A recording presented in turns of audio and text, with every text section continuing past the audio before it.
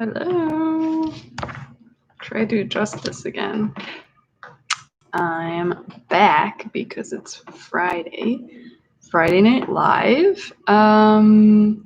Yeah, so I thought I'd start with a couple of quick things. I got some petitions in the mail to repeal the law that our governor is using to do basically whatever she wants, whenever she wants, for how long she wants. So I don't know. Here in Michigan, we just had another. She kind of put us back to where we were before. It's a no gatherings larger than 10 people indoors or 100 people outdoors. So as you could imagine, like the schools chasing their tails, trying to figure out what to do. Churches, I'm sure, are the same. So yeah, I got that petition. I am not usually an activist in anything, but like a lot of other people, I'm kind of tired of this, like not knowing, not even having a hint of what's going to happen. Anyways, so that's that. The other thing is the flies are out. I don't know if anyone else has seen like blue bottle and green bottle flies, like those big ones that make nasty buzzing noises. But it seems like about during canning season, they come out like crazy. And ours are definitely out like crazy. When I have a meal or when I'm cooking, like I have to be very quick to put stuff away. Otherwise, they sit on it and lay eggs on it. And if you've ever seen fly eggs, they're these tiny, minuscule, like that big, yellow, like strand things. And then they turn into maggots because I had some meat that I was canning yesterday, and there was like just a couple little specks left in a jar that I decided not to use because the jar was cracked. And I left it there overnight, and like within a couple hours there was eggs laid on it, and then the next day they were crawling like little maggots. So it's that time of year where I have to be really, really careful to not let the flies come. And I don't know if it's because like I always thought it was because canning somehow like brought the flies, but I wasn't even canning tomatoes or anything like that. I was just doing meat, and I've noticed the flies are all over. They're in our bathroom, they're in our bedroom, they're just all over. So it's fly season and I'm trying to keep the flies away. So my main topic, where did I put my main topic I'm going to talk about tonight is debranding. Some people do rebranding, and I am kind of considering debranding, which I would define as like separating myself, like my name, from my brand for a couple different reasons. I've been thinking about this for at least a year. Last year I pretty much took the whole summer with a couple little spots. I took the whole summer off of blogging because we were redoing our house and it was just a really busy time, and I didn't have a lot of like frugal things to share. So I kind of took the summer to think it over, like, do I want to keep doing this? How do I want to keep doing this? What's it going to look like? Should I considered switching just to YouTube because it's easier. Like there's not as much time that I have to spend. The other reason I considered switching to YouTube is because of the interaction with people. I get way more, like the 4 or 5 comments I get on every YouTube video is 4 or 5 more than I get on my blog posts. So, and then the last reason I considered switching to YouTube is because when people see your face, I think they're less likely to be nasty, for lack of a better term. So I got less, and I didn't get very many nasty comments, but when you get a nasty comment, like the person writing it can't feel what, like they don't see your face, they don't see your reaction. So, but to read a nasty comment, like it sticks with you for a long long time. And in some cases, I read them at the wrong time and it ruined my day. So I was just ready to be done with nasty comments. And I realized that every like content creator that gets enough followers is going to have those. But I just didn't have time for that in my life. So I thought, well, if I switch to YouTube, maybe I won't have to worry about that as much, just because like there's a face-to-face here and I'm not just another person hiding behind a screen. So I considered going to YouTube. I wrote, let me see, this was before summer. Before we even did our house, I decided to go off of the $10 a week thing because I just felt like I'd been doing it for long enough and I kind of had everything figured out and I wanted to eat different things besides like cremette pasta and carrots and onions and chicken thighs. In a nutshell, that's how you do $10 a week. Carrots, onions, potatoes, chicken thighs, cremette pasta, rice, of course, and brown bananas. And that's how you do it. Anyways, so I did a whole different video about that. I might go back and either like put it in the description box. I don't know. I might figure out a way to do that. So back then I was like, I've just been doing that for a long time and I'm ready to not do that anymore. But I didn't want to be like dishonest with my like YouTube followers and my blog readers. They're like, oh, Bethany is the $10 a week girl and now she's not doing it anymore. So that means nobody can do it because even she couldn't do it. And it's not that I couldn't do it. It's just that I got tired of it. So now we buy blue cheese and like the stuffed pasta and lots of good stuff. And I still keep it cheap because like it's easy for me. It's honestly easier if I stick with my chicken thighs and carrots and potatoes than it is if I bring new ingredients into my menu. But I still want that option. So most of the time I keep the chicken thighs and carrots, but then I'll, mix in some different exotic stuff every now and then. Anyways, that's kind of a tangent, but it leads me to one of the reasons I'm considering debranding, and that is because I just feel like I've said all that I want to say with this particular brand, like with the not cheap food, but like with the grocery budget brand. I did grocery hauls for a long time. I did like writing what I bought, writing what we made, doing different meals. So I just feel like there is not a whole lot left for my particular tribe, I guess. Maybe there is, but right now, especially like after we did our house renovation, I started veering off the path of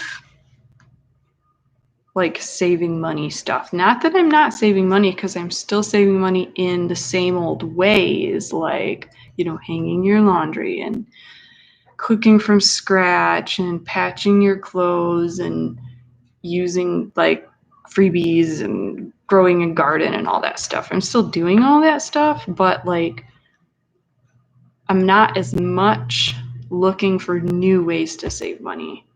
And part of that is because my time is just spent differently now.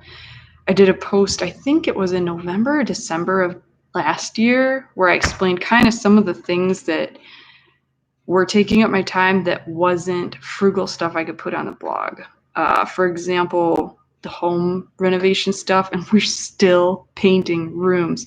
We are still working on the house, and there's a whole section, like we want to redo the master bedroom and put like a master bath in. So there's still huge projects on this house.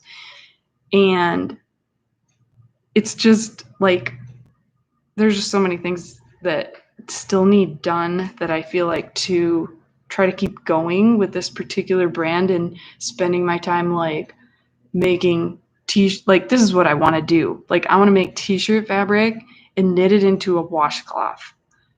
But I just don't have time.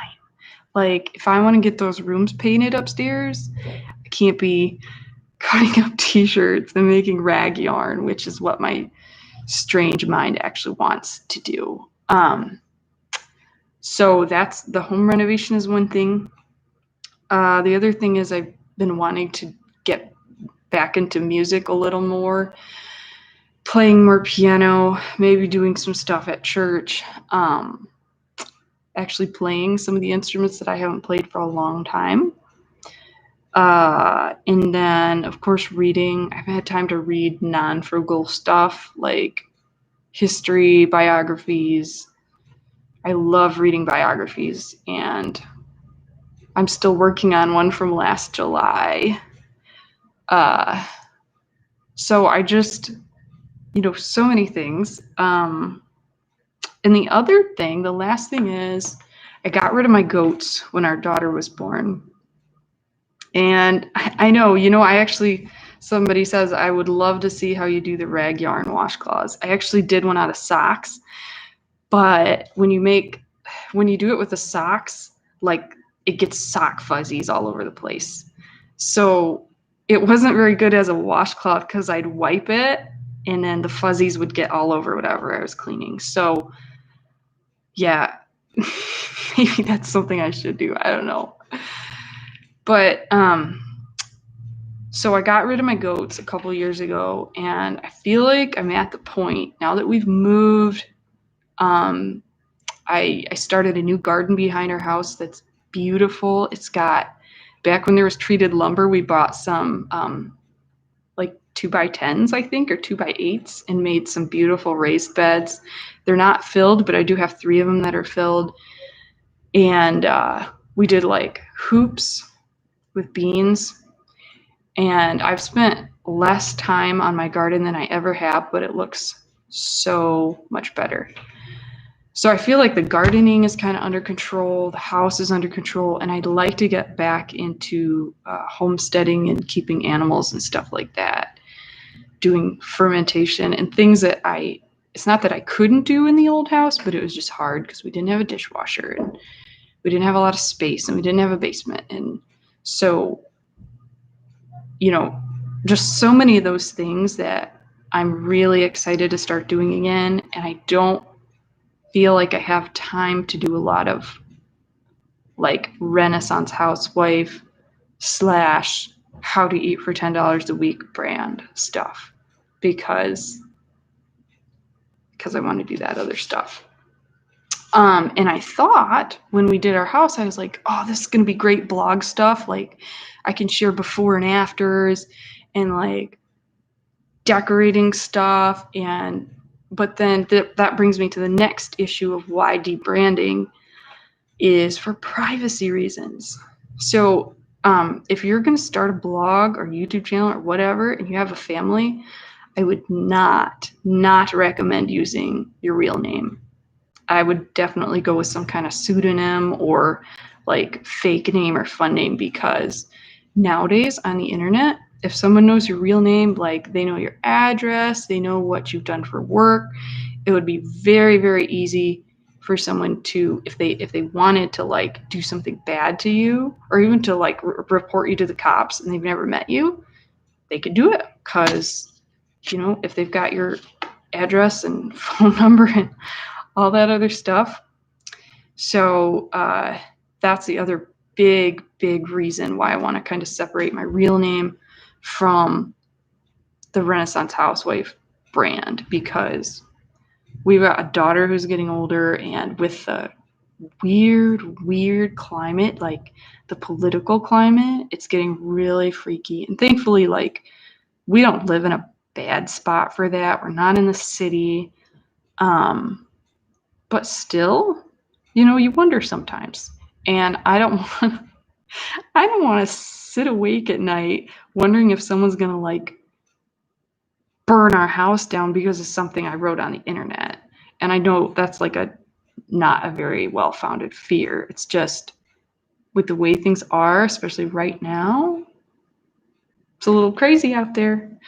So that's another reason why I really want to debrand, so to speak. I don't want to make the content go away, because I think now more than ever, people like my book sales were crazy for May and July. Like, it's been crazy. So I think the content is still good, especially now. Especially if we see like a really big recession, or people spend all their money on toilet paper and now they don't have anything left for groceries. Like, I think it's so important to keep the content out there. I just want to separate it from me and my family in case there's a weirdo, and there's weirdos out there for everything. No matter what you put out, there's going to be a hater. There's going to be someone who like attacks your character or turns you in to the cops for whatever. People just are so crazy. So I want to separate my content, whatever it is. I don't care if I'm writing about, politics or making washcloths. Like, I just want to separate me from my content, and then, still be real and put real stuff out there for people, and still keep doing what I love, because I love being frugal. I love saving money, and making stuff and doing things from scratch. It's just that thing of like how to separate me from my blog or my books. And I've thought about doing like a pen name, but it's so hard to go back when you started with your real name. You can always tell someone your real name later, but you can't untell them your real name once they already know your real name. So like I've thought about trying to redo the books with a different author name. I don't know how well that would work. So I probably will be updating them at least, because after 4 or 5 years, there's so much stuff that you want to add. Like, you want to go back and add to your books. So I'll probably update them at some point, but I don't know if I should like do it with a completely different name, a completely different brand, just start fresh and take down the other books, or if I should like just kind of under the radar, like, oh, one day it's this name and the next day it's this name, the exact same content, exact same cover. Like, I don't know how I should do it. So if any of you guys watching have any ideas how I can separate me and my family and my address and phone number from my content, whatever that content is. Like, I'm not ashamed of the content. I think it's great, and I think people like it, and I like it. I mean, I go and read my own tutorials, so I'm not like ashamed of it. I just, with all the crazy stuff that's going on, I would love to separate my personal, and especially my family, because they don't deserve stuff like that. I'll take it for myself, but like my daughter, my husband, there's no reason that some random stranger on the internet should affect them. So I'm just trying to figure out like how to do that debranding. Anyways, so yeah, thanks. Hope says she loves my books. So do I sometimes. I'll like look up recipes and stuff in them.